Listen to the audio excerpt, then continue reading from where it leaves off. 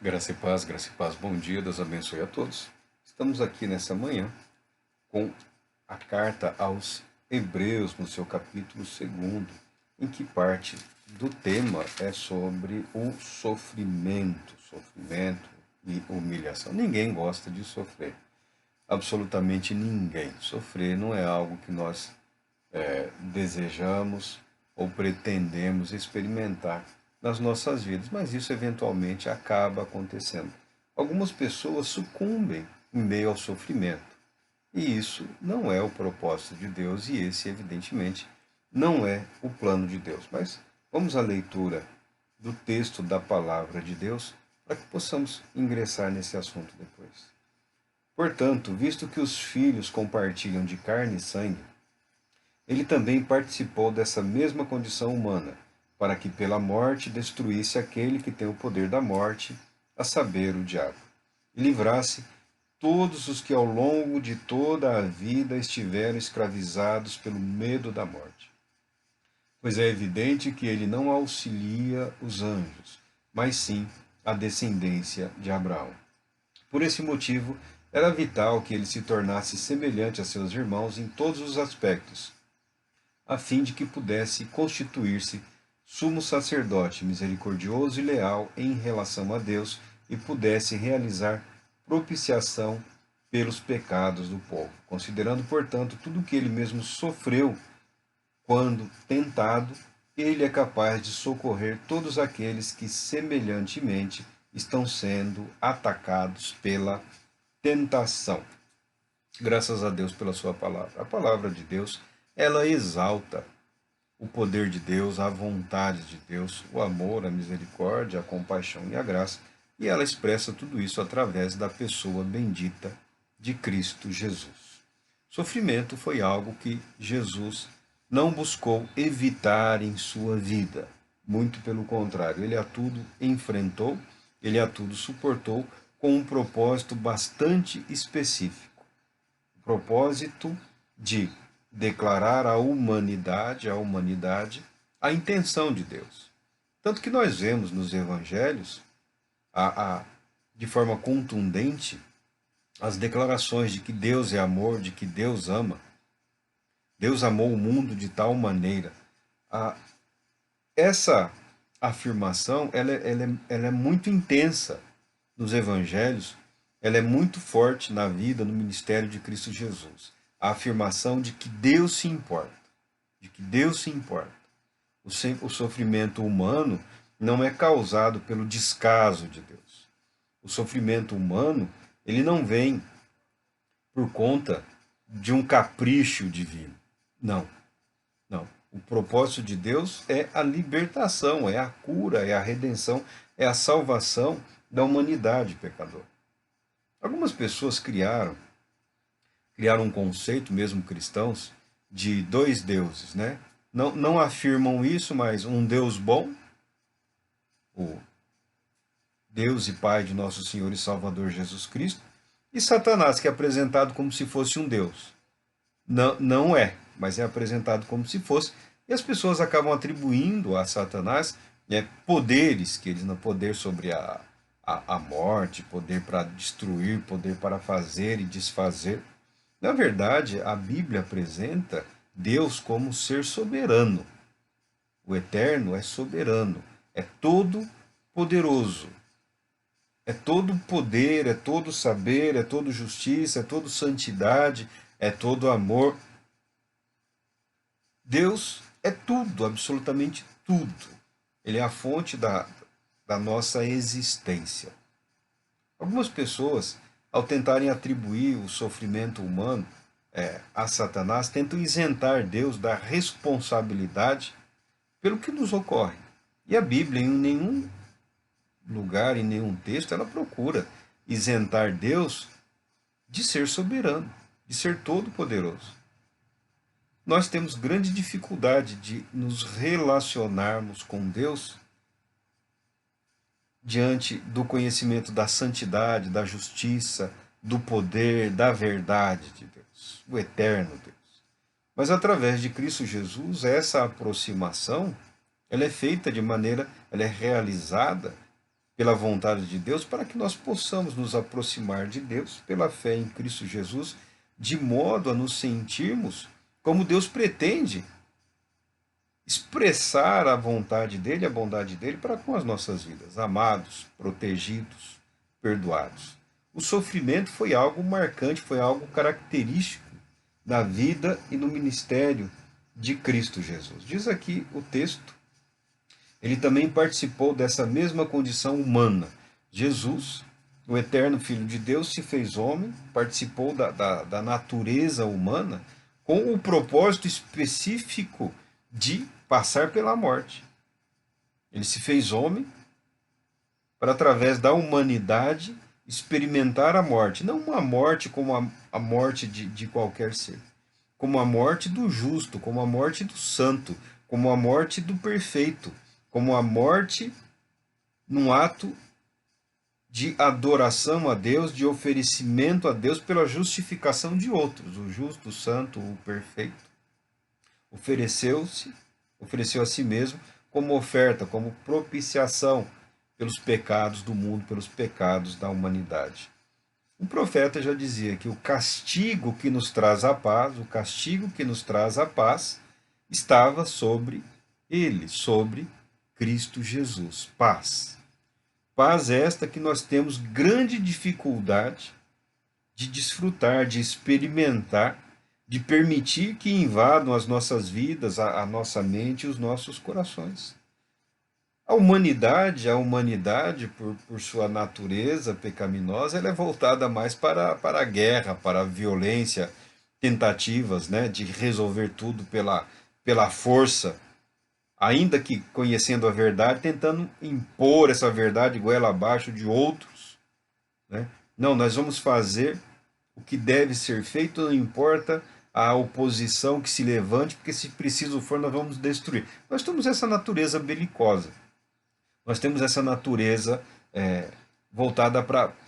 Nós somos aguerridos. Consequência de sermos humanos. Consequência do fato da humanidade ter passado por absolutamente tudo que passou e experimentou ao longo dos séculos. Nós aprendemos com os erros do passado, mas muitas vezes encontramos nos erros do passado a justificativa para cometermos os mesmos erros.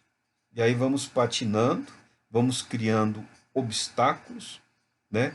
Vamos avolumando dor, sofrimento, morte, desespero e angústia. Essas coisas todas, Cristo Jesus nos resgatou, nos livrou, providenciou a devida purificação. O desafio nosso, o desafio dos cristãos, o desafio da humanidade, é experimentarmos na nossa vida tudo isso que Jesus Cristo realizou, sabendo que é a vontade dele. Então, vamos falar um pouco da pessoa de Jesus Cristo, da natureza de Jesus Cristo, com o objetivo de nos libertar da escravidão do medo, o medo da morte. O medo da morte. Parece até piada, parece até brincadeira, mas esse medo da morte, o medo não só do desconhecido, mas do que vem depois, por mais bizarro e ridículo que seja, chega até a levar algumas pessoas a desistirem da vida, desistirem de viver. E uma desistência, às vezes, fatal. Uma renúncia, às vezes, absurda e ridícula. Mas em outros aspectos, sem recorrer à fatalidade ou um ato extremado, último, algumas pessoas renunciam à vida na sua beleza, nos prazeres que a vida proporciona a todos, na alegria de ter família, filhos, amigos. Muitas pessoas estão vivendo debaixo do medo, debaixo do terror, debaixo do pânico, debaixo do desespero, escravizados realmente. E a pessoa bendita de Cristo Jesus veio para nos libertar disso. Nós precisamos compreender um pouco melhor Jesus, o Senhor, Jesus, o Cristo, para que a verdade por ele transmitida tenha o devido efeito, promova o devido refrigério, proporcione a devida paz, restaure a necessária alegria de viver. A alegria da experiência de ser salvo, de ser resgatado, de ser declarado, de ser conhecido como importante para Deus. Você importa para Deus, todos nós somos importantes para Deus. A história da redenção, a história da salvação, a vida, o ministério de Cristo Jesus deixam evidente que Deus se importa com a humanidade, que Deus se importa com a sua criação, que Deus não nos abandonou. Nós não fomos abandonados à nossa própria sorte. Nós não estamos lutando com armas humanas contra um inimigo invencível. O Senhor Jesus lutou a nossa batalha. O Senhor Jesus experimentou em si o castigo que nos traz a paz. É direito e é também, de alguma forma, um dever, uma obrigação moral, como ato de reconhecimento pelo que Cristo Jesus fez, experimentarmos em nossas vidas essa paz, essa alegria, os benefícios da redenção, de ser redimido, de ser perdoado, de ser purificado, de ser santificado, de ser amado. E as pessoas estão em níveis diversos, apresentando dificuldade em experimentar nas suas vidas tudo isso. Jesus Cristo é uma pessoa única. Jesus Cristo é uma pessoa singular. Os estudiosos falam de Jesus Cristo como detentor, como constituído por uma pessoa com duas naturezas, uma natureza humana e uma natureza divina. Duas naturezas que não se confundem, que não se misturam, mas que formam um único indivíduo, uma única pessoa. Na prática, em termos finais, isso se constitui um perfeito mistério. É completamente misterioso para nós humanos como isso ocorreu, como isso ocorre, como isso se manifesta. Mas o fato de ser um completo mistério não significa que essa verdade não deva fazer parte da nossa vida, da nossa fé e da nossa consciência. Não é porque não temos como explicar que não seja verdade. E o conhecimento adequado, a informação correta sobre a pessoa de Jesus Cristo nos ajuda em muito a orientarmos a nossa vida, a orientarmos as nossas decisões em relação à pessoa que nós pretendemos ser. Nunca é tarde.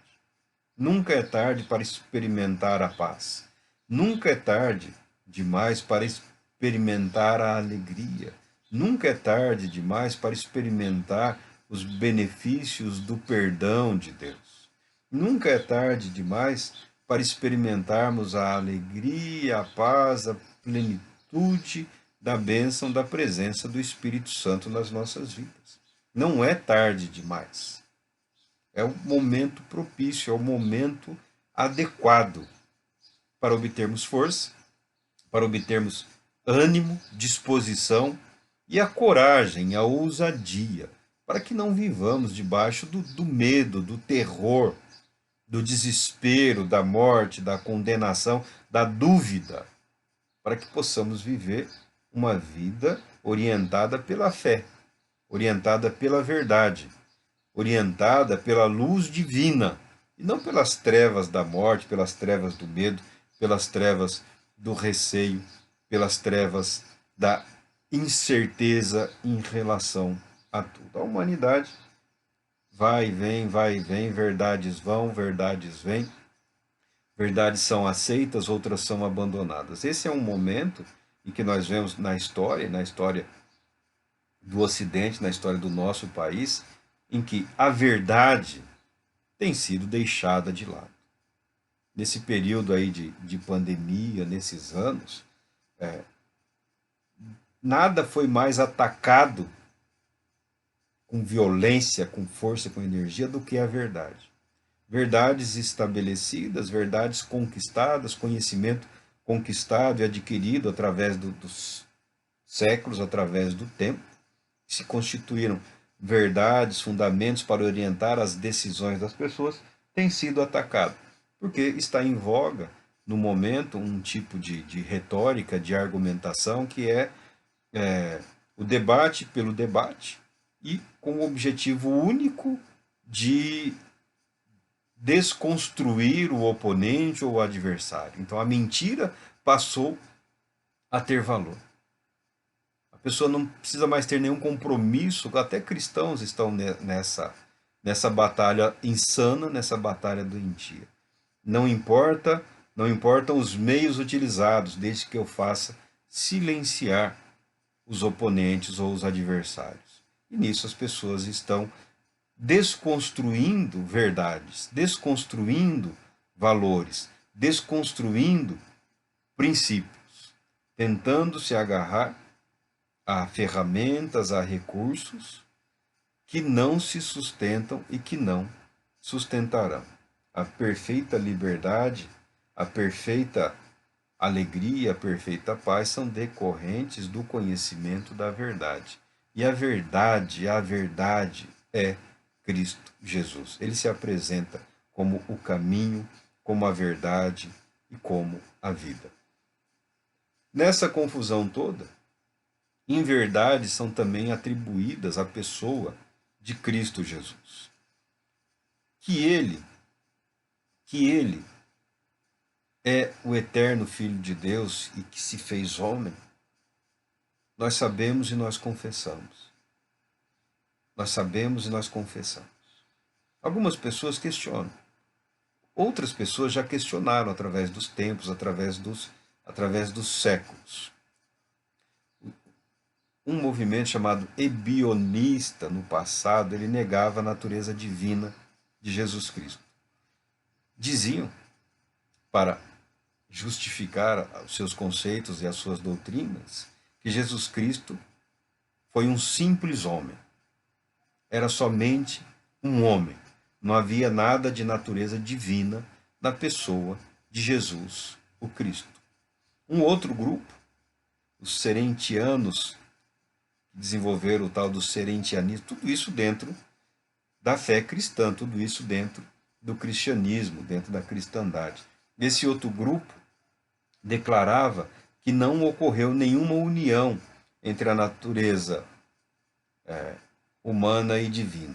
Essa união só teria ocorrido na ocasião do batismo, afirmando que a divindade de Cristo era relacionada ao batismo e não ao nascimento. Ou seja, que no batismo o Espírito Santo teria vindo a habitar no Cristo e que a presença do Espírito Santo é o que seria, o que constituiria a natureza divina habitando no Cristo, negando o nascimento virginal. E Cristo nasceu de uma virgem, gerado pelo poder do Espírito Santo. Os docéticos, ou os adeptos do docetismo, negavam que o corpo de Cristo, que a humanidade de Cristo fosse real.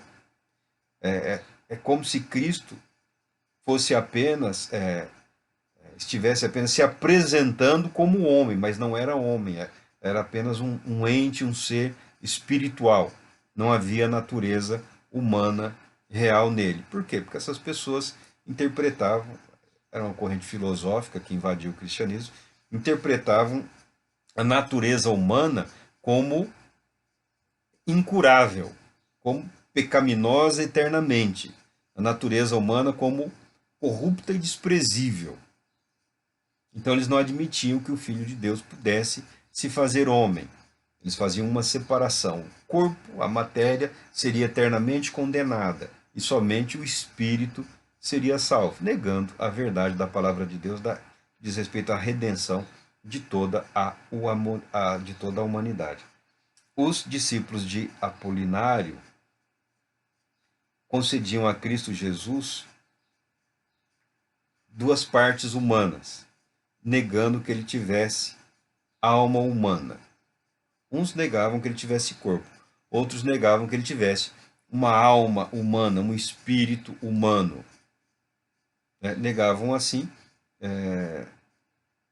que ele fosse perfeitamente homem, porque também reputavam, porque também entendiam que a humanidade em si, a condição humana da alma, da psique, da consciência, não teria como salvar.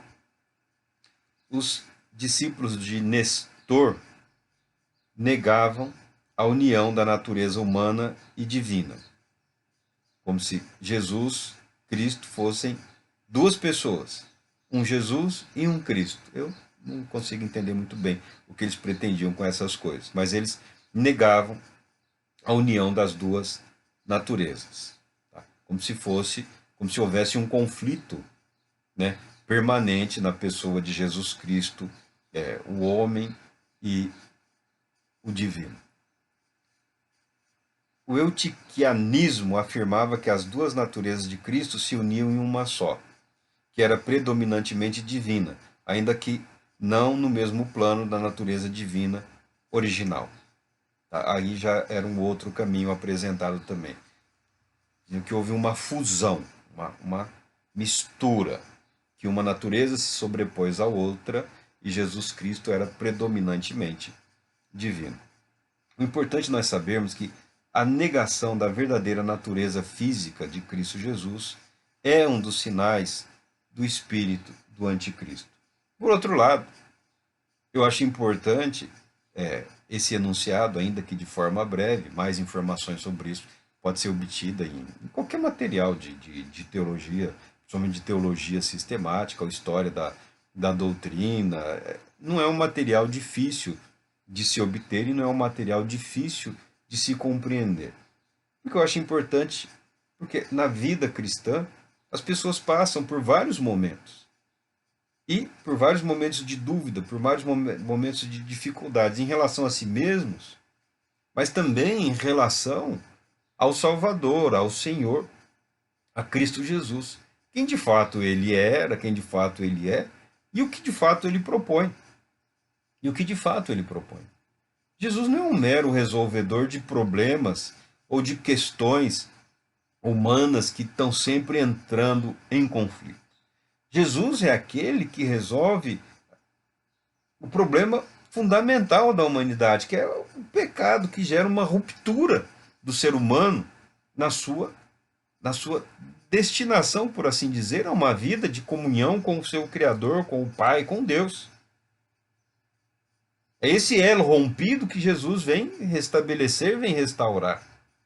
É essa comunhão perdida que ele vem santificar, que ele vem unir, que ele vem reunir.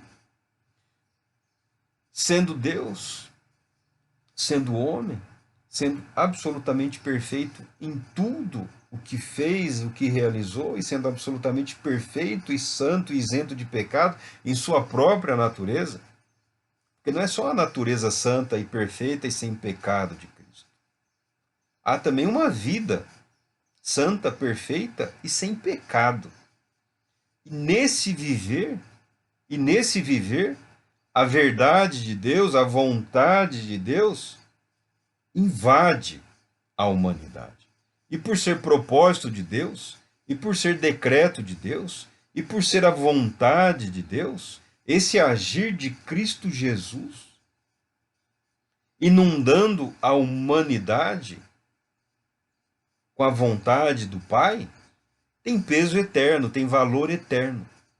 Conhecer a pessoa de Cristo Jesus, conhecer a história de Jesus Cristo, conhecer o Evangelho de Jesus Cristo, conhecer a palavra de Deus através de Jesus Cristo, deve ter para nós hoje o mesmo efeito, o mesmo resultado, a mesma eficácia que teve na vida de homens e mulheres que o conheceram pessoalmente naqueles dias. Nós não devemos nos contentar com uma vida menos significativa. Essa cultura de heróis, essa cultura mítica, esta cultura de homens acima dos homens, da média, isso é criado pelos mitos, pelas fábulas, pelos contos, pelas lendas, pelos gregos, pelos romanos, pelos povos do passado.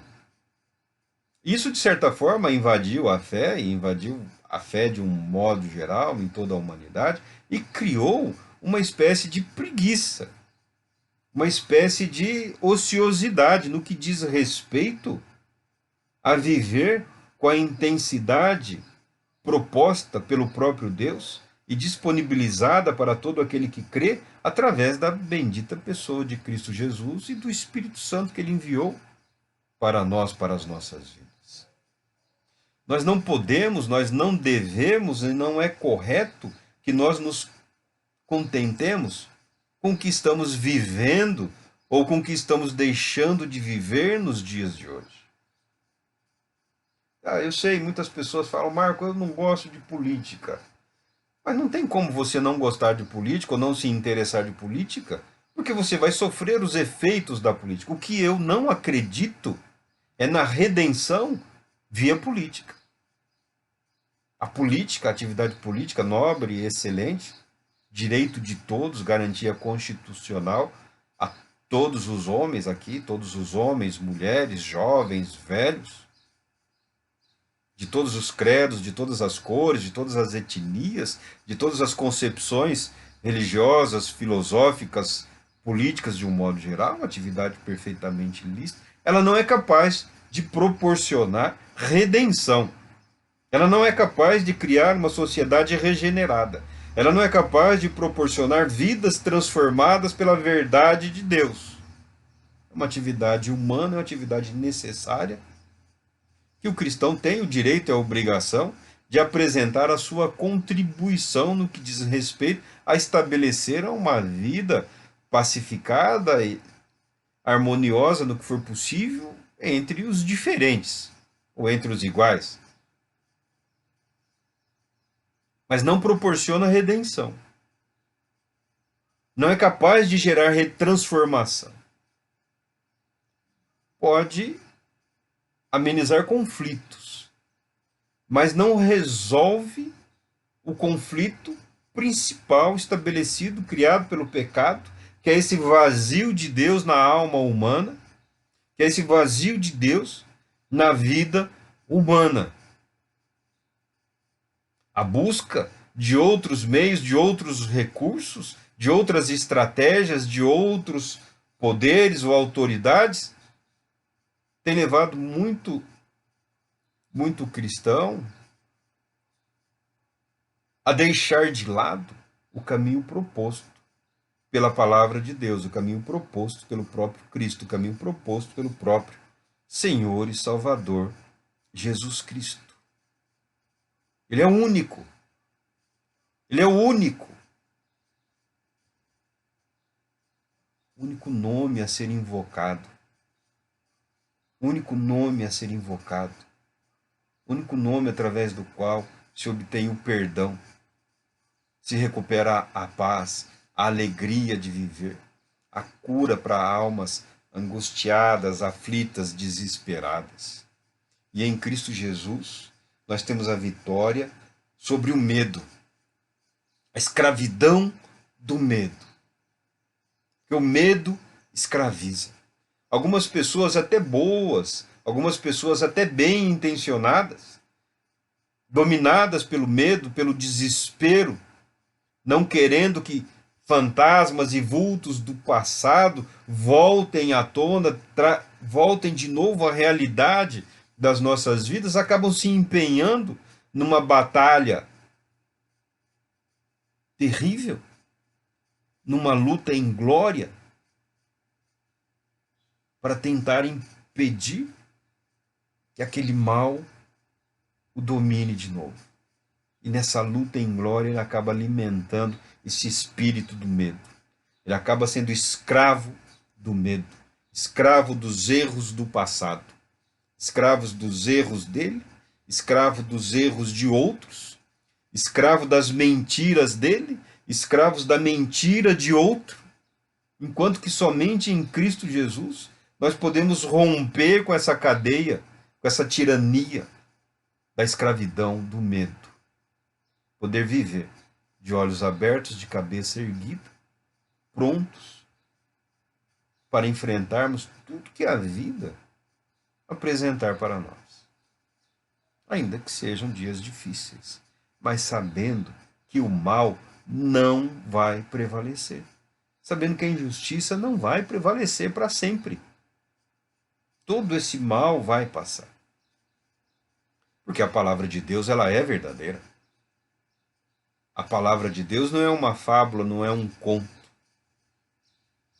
Muitas supostas verdades foram desmascaradas, foram destruídas, foram arruinadas. A verdade do Evangelho de Cristo Jesus permanece intocada. Intocada. O Evangelho de Cristo Jesus, ele é verdadeiro. Jesus Cristo é o eterno Filho de Deus. E o poder dele não está confinado a um momento específico da história da humanidade, ou da história da igreja, ou da história da fé.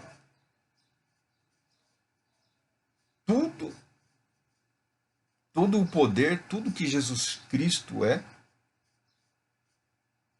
está a nós disponibilizado pela fé. A fé que nos faz seguir adiante. A fé que nos faz olhar no espelho para confrontar os nossos erros, os nossos pecados, as nossas falhas, o nosso ânimo, o nosso desânimo, as nossas coragens, as nossas covardias. A fé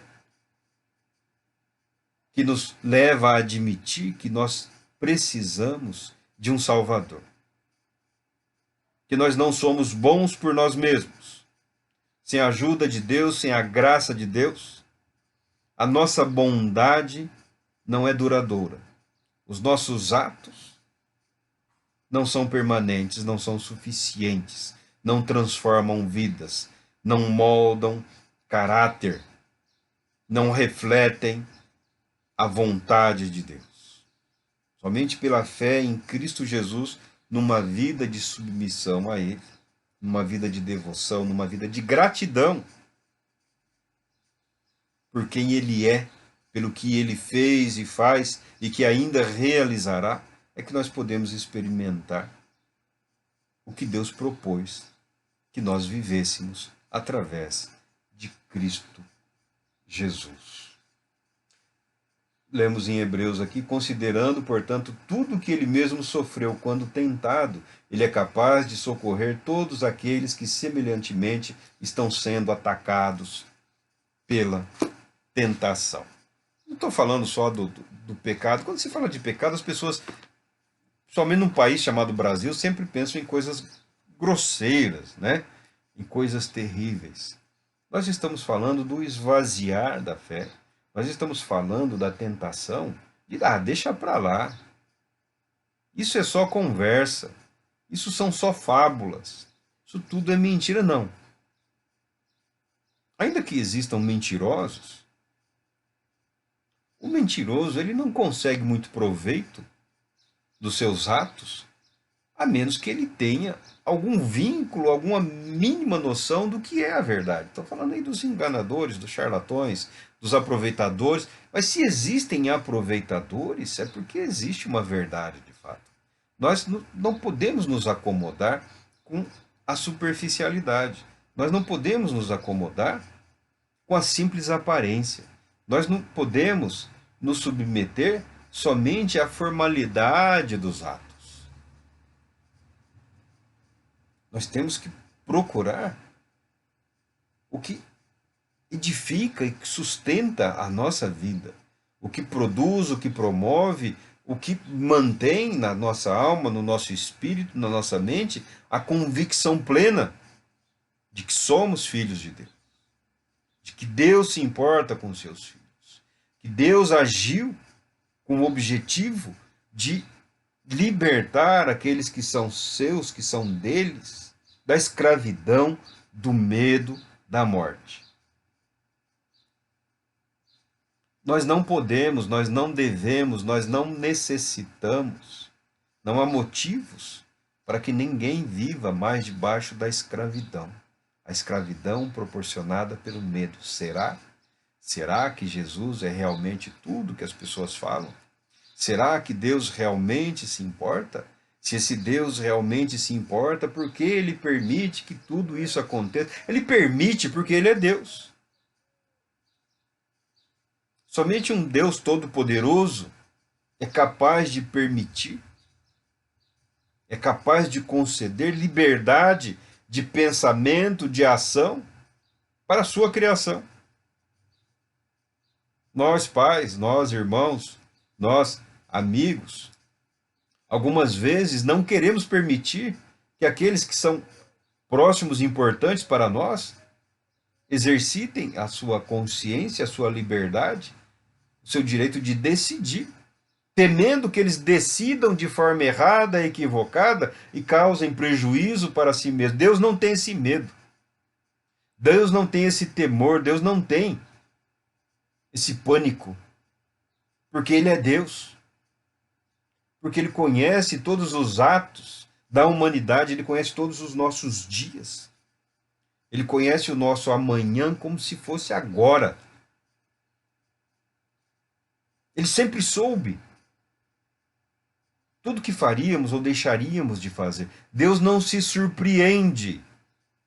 Deus não é pego de surpresa com qualquer decisão ou indecisão da humanidade. Deus não está preocupado com o futuro, porque Deus não envelhece, Deus não enfraquece, Deus não empobrece. Deus não está sujeito à variação de mudança de pensamento, de sentimento. Deus é pleno em poder, em justiça, em amor, em santidade. Deus não muda. Sabendo disso, fica mais fácil viver. Fica mais fácil entender e permitir que o Espírito de Deus atue nas nossas vidas de maneira tal a sermos orientados no que diz respeito às melhores decisões a serem tomadas nos mais difíceis ou nos mais fáceis momentos ou questões da nossa vida. Porque algumas pessoas são fantásticas, são extraordinárias diante de grandes desafios, pressões ou tensões, mas no dia a dia fracassam em quase tudo. Outras, na simplicidade da vida, no dia a dia, acertam. Quando vem a tempestade, já desmorona. Nós não precisamos viver assim. Ainda que estejamos sujeitos à tentação de vivermos assim, em Cristo Jesus, nós recebemos o poder para sermos fortalecidos e experimentarmos uma vida, eu prefiro a palavra coerência. O texto da Bíblia diz retidão, no sentido de justiça, no sentido de santidade, no sentido de correção.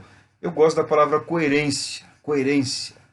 Uma pessoa pode ser entendida, os atos de uma pessoa podem ser interpretados no que diz respeito àquilo que ele propôs a fazer no início da sua vida, nas correções que ele realizou e nas decisões que ele toma. Se a pessoa guarda coerência com aquilo que ele pretende, com aquilo que ele faz, com aquilo que ele declara,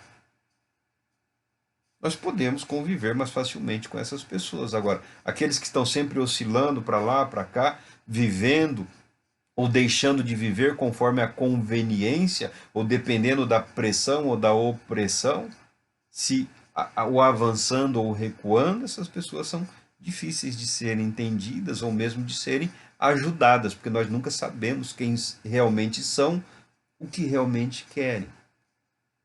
Mas nos alegra sabermos que Jesus Cristo, o Filho de Deus, não muda. Nos alegra sabermos que Deus, em sua justiça, santidade, retidão, ele não muda, que a palavra de Deus permanece imutável, que a vontade de Deus, que o decreto de Deus, que o amor de Deus não oscila, que o poder de Deus não vacila, que a vontade de Deus não volta atrás. Conhecendo a verdade, conhecendo Cristo Jesus, conhecendo a palavra de Deus, alimentando a nossa mente, a nossa consciência, a nossa fé com o que é verdadeiro, com o que é eterno, com o que realmente é digno de louvor e de adoração, nós experimentamos na nossa vida a transformação prometida por Cristo Jesus, pelo Senhor Deus, pela sua palavra. Que Deus Todo-Poderoso te abençoe, que Deus te conceda a paz, imensa alegria e que o Espírito de Deus te renove neste dia, nessa manhã, te libertando da escravidão do medo. Deus te abençoe.